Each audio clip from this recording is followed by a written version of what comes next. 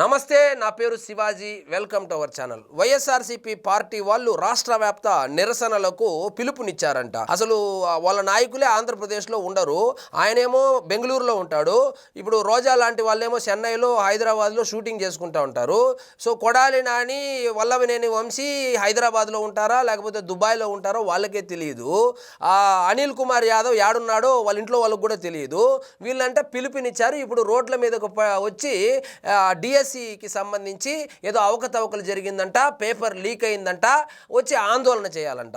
దొంగలు పడినటువంటి 6 నెలలకు కుక్కలు మురిగినట్లు డిఎస్సి ఎప్పుడు జరిగింది, నియామకాలు ఎప్పుడు జరిగింది, ఇప్పుడు వచ్చిందనే పేపర్ లీక్ అయిందని చెప్పి ఈ రాజకీయ నిరుద్యోగులు ఎవరైతే ఉన్నారో వైఎస్ఆర్సీపీ రాజకీయ నిరుద్యోగులు యువతను రోడ్డు ఎక్కమని చెప్పి వీళ్ళు ప్రొవోకింగ్ స్టేట్మెంట్స్ ఇస్తా ఉన్నారు. సో నిరసన కార్యక్రమాలు మొదలు పెట్టారంటే ఎవరు ఇప్పటికైతే ప్రస్తుతానికైతే ఎవరు బయటకు కూడా రాలేదు. అక్కడక్కడ 10 మందిని పోగేసుకొని ఏదో నిరసన కార్యక్రమాలు తెలియజేస్తూ ఉన్నారంట. అసలు డిఎస్సికి స్పెల్లింగ్ అయినా తెలుసా ఈ వైఎస్ఆర్సీపీ వాళ్ళకు? లేదే. సో వీళ్ళు అధికారంలోకి రాకముందు ఎన్నికల్లో ఏమని హామీ ఇచ్చారు?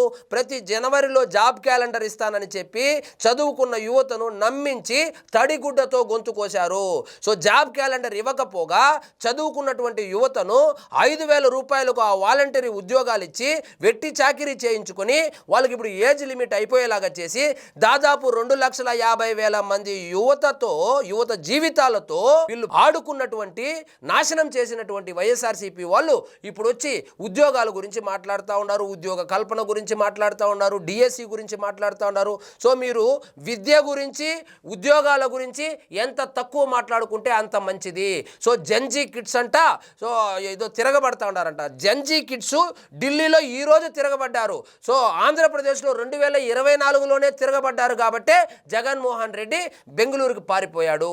11 సీట్లు రావడానికి కారణాల్లో ఒకటి జెన్జీ కిడ్స్ పెద్ద ఎత్తున కూటమికి బ్రహ్మరథం పట్టారు కాబట్టి జగన్మోహన్ రెడ్డి గారికి 11 సీట్లు వచ్చింది. సో అది కూడా తెలియకుండా ఇప్పుడు ఏందో జెన్జీ ఉద్యమం వచ్చిందట. ఆంధ్రప్రదేశ్లో 2024లోనే వచ్చింది జెన్జీ ఉద్యమము. దాని ఫలితమే వైఎస్ఆర్సీపీ ప్రతిపక్ష హోదా కూడా కోల్పోయడము. సో కూటమి పార్టీలు ఏవైతే ఎన్నికల్లో ఇచ్చినటువంటి హామీల్లో భాగంగా పారదర్శకంగా, అత్యంత పారదర్శకంగా మెగా డిఎస్సి నిర్వహించి 16,347 పోస్టులు భర్తీ చేస్తే సో జీర్ణించుకోలేనటువంటి ఈ వైఎస్ఆర్సీపీ వాళ్ళు ఎవరెవరో వాళ్ళ పార్టీకి సింపథైజర్లను తీసుకొని వచ్చి అందులో అవకతవకలు జరిగింది, ఇందులో అవకతవకలు జరిగింది, కమ్మోళ్ళకే ఇచ్చేశారు, కాపోళ్ళకే ఇచ్చేశారని చెప్పి డ్రామాలు ఆడారు. అదేంటి క్రీడా కోటాలో ఏదో అవకతవకలు జరిగింది, అవకతవకలు జరిగింటే 240 కేసులు వేసినటువంటి మీకు కేసులు వేయడం కొత్త కాదు కదా. మరి మెగా డిఎస్సి మీద అవకతవకలు జరిగిందని కోర్టులో కేసు వేయచ్చు కదా, వేయరు. మరి నారా లోకేష్ గారు సవాలు విసురుతా ఉన్నారు. జగన్మోహన్ రెడ్డి గారు మీరు ఎక్కడికైనా రండి, మీ ఇంటి దగ్గరికి కూడా వచ్చి సవాలు విసిరారు. మెగా డిఎస్సి మీద చర్చకు మీరు సిద్ధమా? రండి, చర్చిద్దాము. ఎంత పారదర్శకంగా జరిగిందో నేను వివరిస్తాను. మీరు మీ 5 సంవత్సరాల్లో ఎన్ని డిఎస్సీలు నిర్వహించారు, ఎంతమందికి ఉద్యోగ ఉపాధి అవకాశాలు కల్పించారు మీరు చెప్పండి.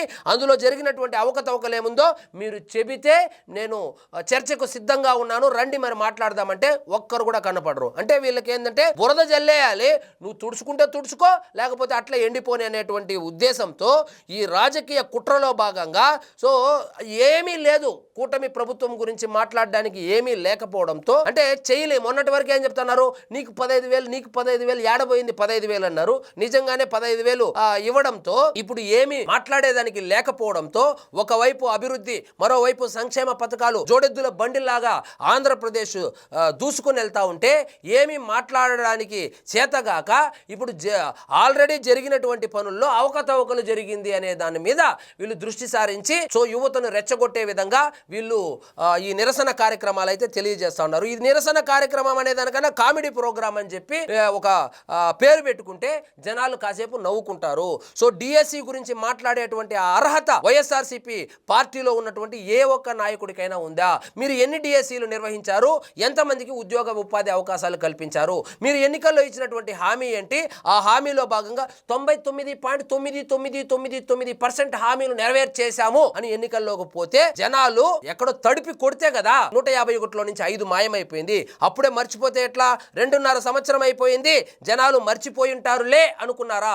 మీరు చేసినటువంటి దుర్మార్గము, ముఖ్యంగా చదువుకున్న యువతకు మీరు చేసినటువంటి ఆ అన్యాయం ఏదైతే ఉందో 5 సంవత్సరాలు సంవత్సరాలు చాలా మందికి ఏజ్ బార్ కూడా అయిపోయింది. ప్రభుత్వ ఉద్యోగాలకు పనికి రాకుండా చేసేశారు.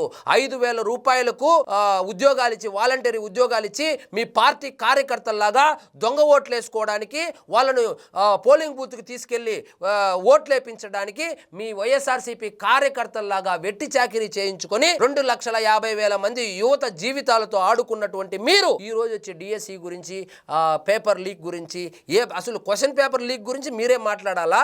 ఎందుకు ఇంకా లోతుగా వెళ్తే బాగోదు. క్వశ్చన్ పేపర్ లీక్ గురించి మీరు మాట్లాడితే జనాలు నవ్వుకుంటారండి. సో మీరు 16,347 మంది డిఎస్సి ద్వారా ఎవరైతే భర్తీ అయి ఉన్నారో వాళ్ళ ఉద్యోగాలన్నీ తీసేయాలని చెప్పి నిరసన చేసేటువంటి దమ్ము ధైర్యం మీకుందా? లేదే మీరు ఇలాగే ఏడుస్తూ ఉండండి. మళ్ళీ జాబ్ క్యాలెండర్ రాబోతుంది, మళ్ళీ కూడా పోస్టులు భర్తీ చేయబోతున్నారు. సో డిఎస్సి అంటేనే చంద్రబాబు అంటేనే డిఎస్సి. ఆయన అధికారంలో ఉన్నప్పుడు, ఆయన ముఖ్యమంత్రిగా ఉన్నప్పుడు ఎన్ని డిఎస్సీలు నిర్వహించాడు? రాజశేఖర్ రెడ్డి గారు కావచ్చు, జగన్మోహన్ రెడ్డి గారు కావచ్చు, వీళ్ళిద్దరూ ముఖ్యమంత్రులుగా ఉన్నప్పుడు ఎన్ని డిఎస్సీలు నిర్వహించారు అని కనీసం కంపేర్ చేసుకునే స్థితిలో కూడా చదువుకున్న యువత ఉండరులే అనేటువంటి ఆలోచన ధోరణితో వైఎస్ఆర్సీపీ వాళ్ళు నోటికొచ్చినది మాట్లాడుతూ ఉన్నారు. కాబట్టి జనాలు అన్ని అబ్జర్వ్ చేస్తారు. చదువుకున్న యువతకు ఎవరికి ఓటేయాలా, ఎందుకు ఓటేయాలా, ఎప్పుడు ఎక్కడ తొక్కాలో బాగా తెలుసు. కాబట్టే తొక్కితేనే మనకు ప్రతిపక్ష హోదా పోయిండేది.